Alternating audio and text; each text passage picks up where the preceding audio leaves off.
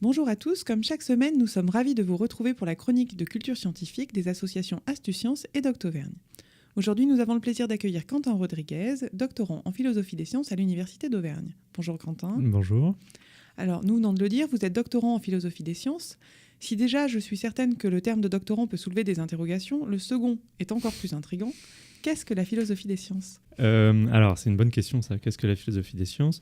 On va dire que c'est la discipline qui s'attache à étudier les sciences d'un point de vue critique et extérieur, c'est-à-dire qui prend les sciences comme objet, qui ne prétend pas être scientifique, qui ne prétend pas produire des connaissances scientifiques, et donc qui utilise notamment la méthode philosophique, mais on peut étendre un peu aux sciences humaines, on va dire, c'est étudier la science comme objet qui existe, voilà, il y a des gens qui s'appellent les scientifiques qui font de la science et qui produisent des connaissances scientifiques. Qu'est-ce que ça veut dire tout ça ? Comment ils travaillent ?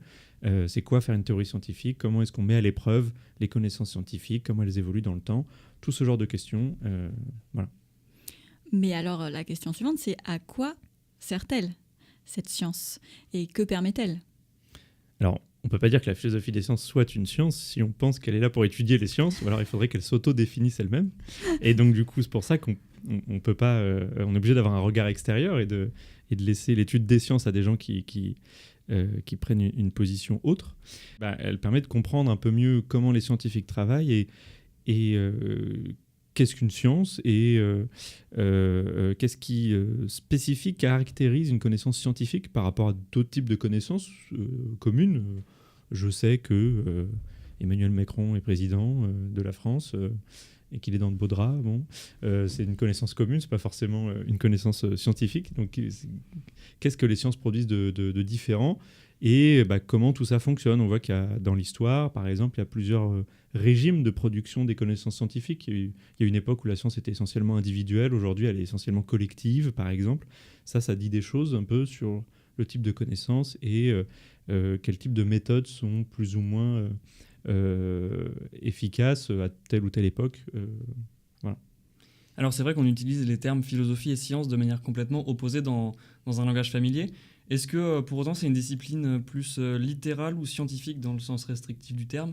Et qu'est-ce qu'il y a des connaissances, des prérequis à avoir pour commencer à étudier la philosophie des sciences ? Ça, c'est une très bonne question, parce que moi, à chaque fois que je dis que je suis doctorant en philosophie des sciences, quand c'est on va dire des littéraires, entre guillemets, dans le vocabulaire commun, on va me prendre pour un scientifique, et quand c'est des scientifiques en face, on va me prendre pour un littéraire, et personne ne sait très bien où nous placer. Et je pense qu'effectivement, c'est ni l'un ni l'autre, et c'est un peu entre les deux. C'est toute la difficulté, et à mon sens, c'est tout ce qui est intéressant dans la philosophie des sciences. Alors, c'est vrai que cette dichotomie, elle a une histoire. C'est quelque chose qui est né dans le courant du 19e siècle, d'opposer comme ça les scientifiques et les littéraires.